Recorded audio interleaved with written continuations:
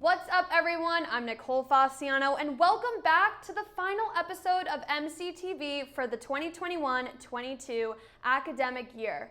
I'm sitting alongside Sean McAvoy, and we can't wait to bring you all the latest and greatest updates from sports to campus news. Thanks, Nicole. Let's not waste any more time. See what's been going on around campus. A few weeks ago, the Merrimack College dance team placed third at the NDA Nationals competition in Daytona, and now they're going to answer some of our most burning questions. Check it out. We're the Merrimack College dance team, and my name is Taylor. I'm Jill. I'm Megan. And we're about to do our Wire. Autumn.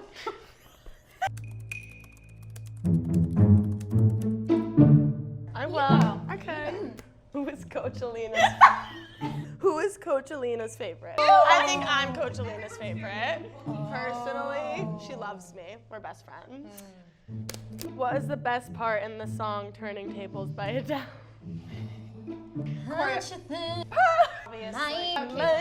No, definitely Ought to Think You Give Me.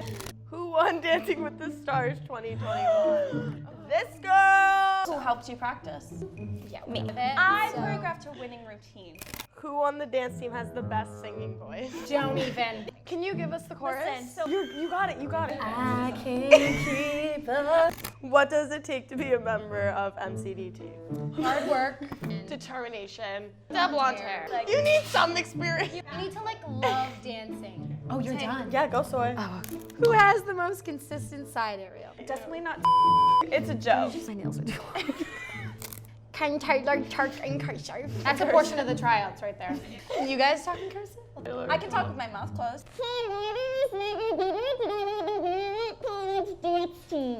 What is the dance team's mascot? This one's cute. Adele. She's like a sloth, right? Oh, we should have had her on. If you see her around campus, say hi. Who had the best Dancing with the Stars partner? I'm gonna have to say Meg. My boys have some moves. Right, but did you make it to finals? I don't remember. I'll talk to you after this.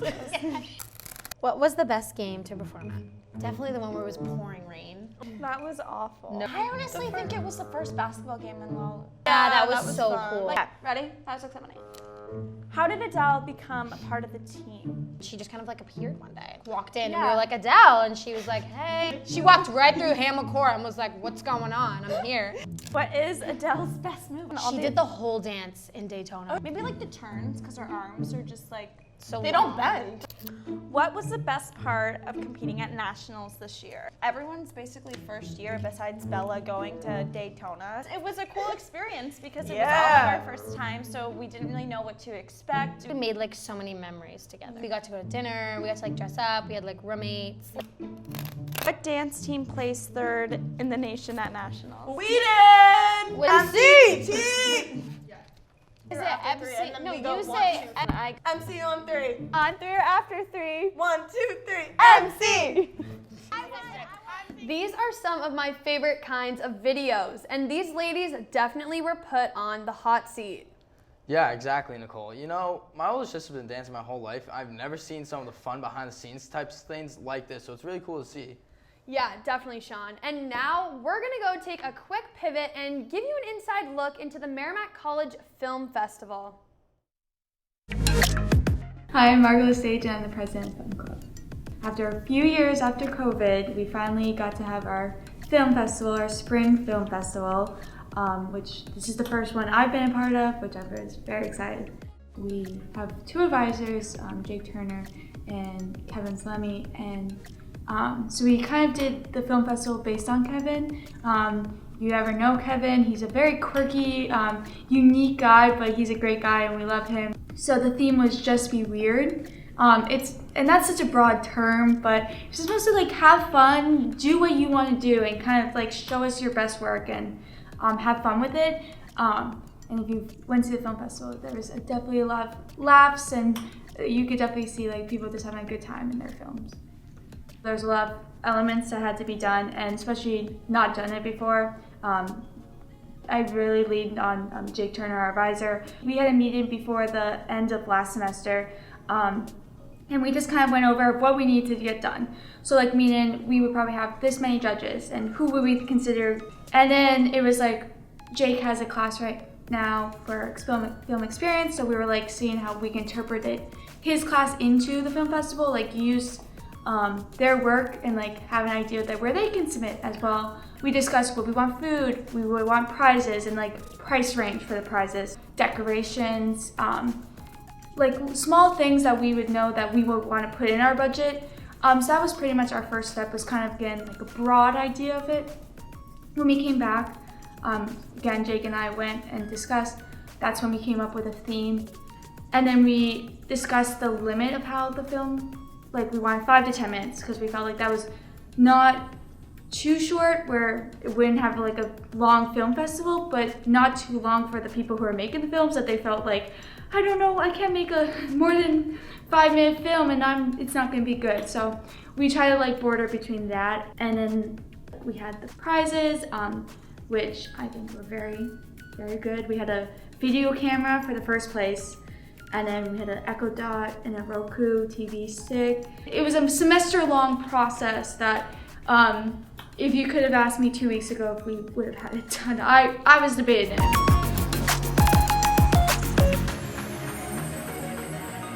I think it went very well overall.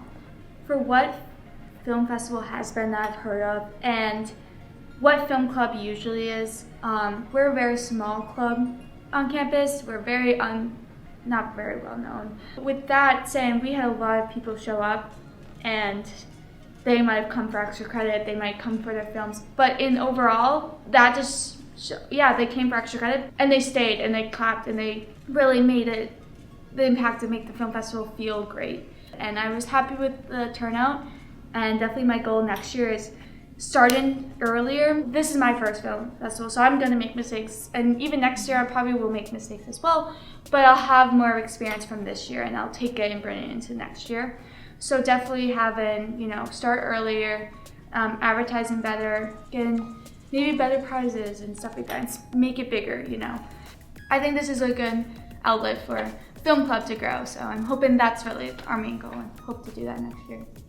If you like watching films, if you like making films, or you're just like looking for a club where you don't really want to talk, you just kind of want to be there and kind of get to know people, we're a fun crowd, we're definitely fun, we can laugh, we definitely have some great discussions. If you're a person who likes to debate every scene of a movie and like explain how wrong a scene is, like definitely your club. Come and join Film Club is really all I'm saying, so thank you. Wow, now who doesn't like a good film festival? The opportunity for so many to be able to showcase their passions and talents to the audiences that they may not have another chance to show is really something. There's also some really big things upcoming for Nicole and I, along with the rest of the seniors as May is upon us. Yeah, Sean, spring is here, and with graduation soon to come, that can only mean one thing. Senior week shenanigans are about to take place. Yeah, this year the Office of Student Involvement has a full week of memorable events planned for us that we definitely don't want to miss. Yeah, and here's what the breakdown of that week is going to look like so far. Starting on Tuesday, May 17th, the group will take the trip to Lucky Strike Boston for a night filled with bowling, arcade games, food, drinks, and more. On Wednesday, the day will begin with a celebratory brunch in Sparky's Dining Hall, and what better than to have a cash bar for? And Thursday, one of the most highly anticipated days of the week, will bring the most events, starting off with the Spirit of Boston cruise for a day filled with dancing, salty air, and lunch. Come the afternoon, there will be a community barbecue. And to wrap things up, the seniors will celebrate the last Thursday at Augie's Pub. Yeah, we'll get to get drinks one last time for Monty Cathy. And finally, concluding the senior week schedule, we'll be taking a trip to Wild Rover Nightclub in Boston. I know personally I was there around the area a few weeks back, but didn't get the chance to check that place out. So I'm really looking forward to that one. Agreed, Sean. Now, let's take a look at the Merrimack College art exhibit. Thanks, guys. Friday, April 22nd, senior Lauren Pardue had an amazing turnout for her art exhibit in the Rogers Center. I had the pleasure of sitting down with her and asking a series of questions regarding her exhibit. Lauren has had the idea of an art exhibit since her freshman year here at Merrimack and thought this was the perfect thing to do as her graduation capstone project. Lauren began this project in the middle of November. To do so, she reached out to a number of high schools within the area and asked them each the same question: who are you? This exhibit gives us a look as to how the younger generation view themselves, view the world, and even how they think the world views them. It gives us a better understanding on how cultural, political, economical, and/or societal pressures can morph one's thoughts on themselves and the world around them. With over 38 pieces answering the same question, they were all extremely different, varying from pressures within the beauty standards, falling in love with life, social media, the COVID-19 pandemic, and more. When Lauren graduates this coming May, she will continue her love for art at the University of Hawaii at Manoa, where she'll interview for a position at the museum. I'm Brooke Alessi, and that's all I have for you today. Back to you guys in the studio. Next, we want to take a step back and see how everyone's doing these last few days with finals looming. I know many are probably stressed over school, grades, and other things, but add on even more stress for all the athletes who still are practicing, playing, and lifting this whole time too. Yeah, sometimes we don't take a look to see how others are doing. The women's lacrosse team made the next package about Morgan's message, meant to shed light and bring attention to mental health and student awareness for student athletes. Let's learn a little bit more about this message.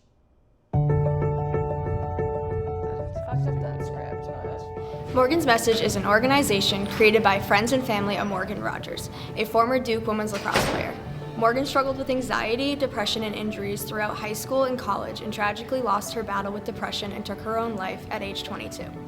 Merrimack Women's Lacrosse is incredibly honored to host a dedication game in honor of Morgan Rogers and help spread awareness of Morgan's story. Morgan's Message and all the ambassadors for Morgan's Message are trying to show the importance of equalizing physical and mental injuries. Merrimack Women's Lacrosse is playing for Morgan and all those who have lost their battle with depression and anxiety and who are not able to be on the field themselves.